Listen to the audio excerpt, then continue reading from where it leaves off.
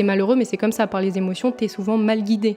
Ça peut être un point de départ, parce que ça pointe du doigt le problème, mais ça peut pas être une boussole, quoi. C'est ça que je veux dire. Les répercussions émotionnelles, par exemple, d'un crime, c'est une donnée. Et il y a d'autres données à prendre en considération, notamment les répercussions futures que ça pourrait avoir. C'est-à-dire que si un criminel n'est pas mis hors d'état de nuire, il pourrait recommencer, donc blesser d'autres personnes. Ça, c'est une autre donnée. Troisième donnée, ça peut être justement, on va en parler juste après, l'économie du pays.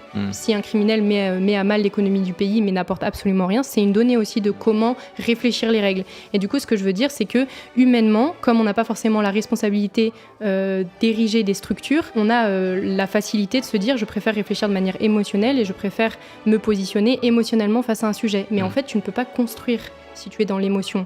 C'est aussi par la rationalité et par une certaine froideur que tu peux construire des choses qui répondent à des problèmes. Le plus important, c'est répondre aux problèmes. Quel est le problème ? Protéger la société. Comment on le fait ? Je sais pas, on met en place des règles. Comment on réfléchit ces règles ? Pas par les émotions. Super, t'es incroyable. T'es le GOAT.